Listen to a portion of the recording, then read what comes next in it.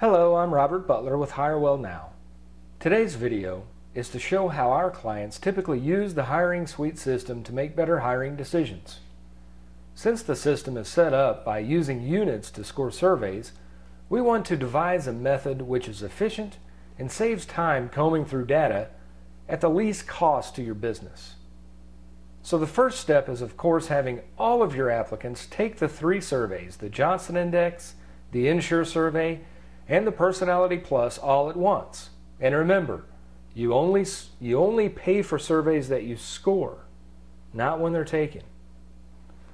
Once you have narrowed down your applicant pool to the final 3 to 5 applicants, according to qualifications on their resumes, or perhaps even a phone interview, the first survey to score will be the Insure Survey. For example, we'll take a look at a particular applicant named Testman. To do that, we go to the Review Applicant button, and since we're looking for a survey that has not been scored, we'll check the Unscored Only box and just hit Search. This will bring up an entire list of all of your applicants which have not been scored in the system. We'll find Testman, which happens to be the only applicant in my system, and normally, since I've already scored this survey, there's a check mark. But if I hadn't, there would be an X there under the IN initials for Insure. If I want to score another survey, I just click the X under the survey's initials. So now that I know that I've already scored the Insure survey, I'll just go to the Review report and it'll bring up the results. So here from the dashboard I can see immediately that distortion for this applicant was a 9. To feel comfortable that my applicant was being honest and candid while taking the survey, I want this distortion number to be either 6 or higher. Anything under a 6, and I have trouble believing the information that comes out of the survey. So therefore, I can't use it to make a better decision. But since my example here scored a 9 on distortion, I move on to the extended report to see if there are any areas that need attention. So we go up here and click on the Extended Report button, which will bring up a PDF. And now I can review statements that are listed by the applicant by the Section 1 report. And note that any particular questions that were answered that the system feels that requires additional study will be listed in all caps. So this point right here where it says Testman needs to improve in areas not listed in question is listed in all caps, that means the system is kind of flagging that for me to look deeper into. Next comes the verbal interview questions. These are behavioral interview questions that can be used during the interview process that are relevant to the questions or the answers that the applicant gave to the questions on the survey.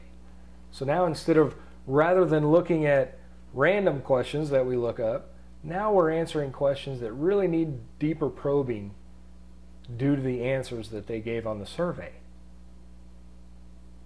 And then finally comes the Extended Report Section 2 report for the Insure survey, which breaks down the 4 categories and why the applicant scored how they scored on each of the categories. So integrity, we didn't have any questions that brought any doubt to the system.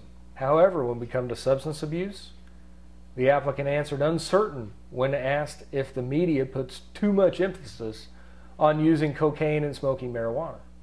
Well, then you can ask deeper and find out more about that, why the applicant answered that way.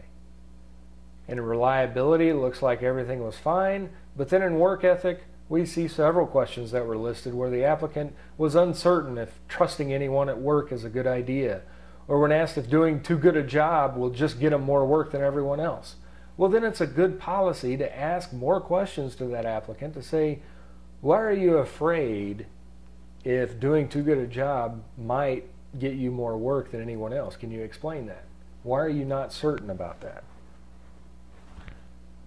And then so on and so forth. You can see that these questions are designed to save you time and focus on relevant questions that you need to ask during the interview process.